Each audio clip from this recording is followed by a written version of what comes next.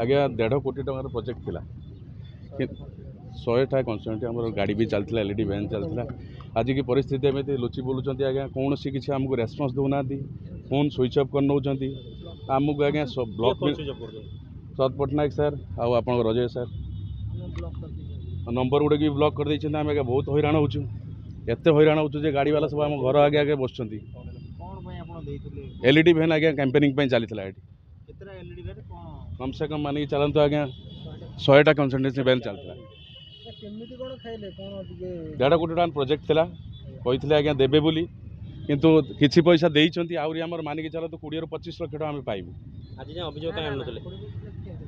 आज अभियोग काहे आनुतले अभियोग आज्ञा कही हमू पेमेंट करिवे बोली 20 लाख टका से कोन कहउसुंदी वर्तमान कहउछन आज्ञा कोन से हम के देई परिबुनी सर आ शरद सर अजय कुमार आ शरद पट्टनायक सांगे थिले आमको एलईडी कॉन्ट्रैक्ट देइथिले 100टा कन्स्टिट्यूएंसी पे आमको